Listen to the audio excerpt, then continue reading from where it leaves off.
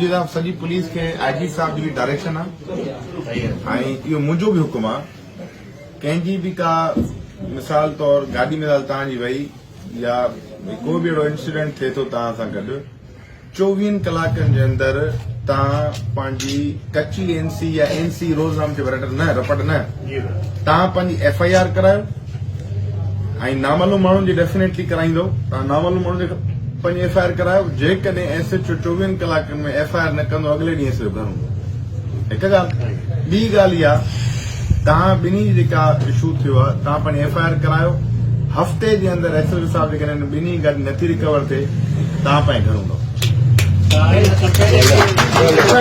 FIR ॾिसो इहा police खे एक्सपेक्टेशन रखणु तव्हां FIR भी न करायो तव्हांखे रिकवरी भी मिले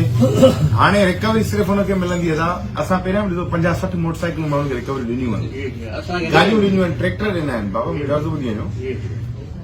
उन्हनि खे रिकवरीज़ मिलंदियूं जेके FIR कराईंदा IG साहब जो हुकुम आहे असांखे कोई इशू न आहे मां इसलिए न पियो तूं ज़िले में छो क्राइम वधियो थाणे में छो क्राइम वधियो तव्हां पंहिंजी FIR दर्ज करायो उहे ॾोहारी पकड़बा उहे अरेस्ट थींदा रिकवरियूं थींदियूं तव्हां सभिनी खे रिकवर ॾींदा हाणे ॿिन्ही जी गाॾी FIR अॼु ई कराइनि हफ़्ते में गाॾी ऐं ॿी ॻाल्हि इहा ॻाल्हि free and fair registration of FIR duty officer अगरि मां वरी ते ईंदुसि माण्हुनि खां पुछंदुसि त तव्हां FIR अगरि कराई तव्हां खां कंहिं इलीगल ग्रेटिफिकेशन माना का पैसनि जी तवक़ात लॻाई अगरि कंहिं चयो 100 रुपयो बि तव्हांजे पुलिस वारे वरितो त मां हुन पुलिस वारा बाद में निपटींदुसि मां तव्हांखे पहिरियां ॿुधायां थो I will give a straight show cause to you ऐं next show cause final show cause I will dismiss you from the service IG साहब जी पॉलिसी आहे जेकॾहिं FIR जे लाइ को 100 रुपयो बि पुलिस वारा कंहिं एक्सपेक्टेशंस कई पंहिंजे मोहर खे ॿुधायो पंहिंजे ड्यूटी ऑफिसर खे ॿुधायो IG साहब जी क्लियर पॉलिसी आहे मां उन IG साहब जी अॼु मैसेज खणी हिते तव्हां वटि DK मरी में आयो आहियां जेकॾहिं इहा मूंखे free and fair registration of FIR में को भी पुलिस वारो रुकावट बणिजो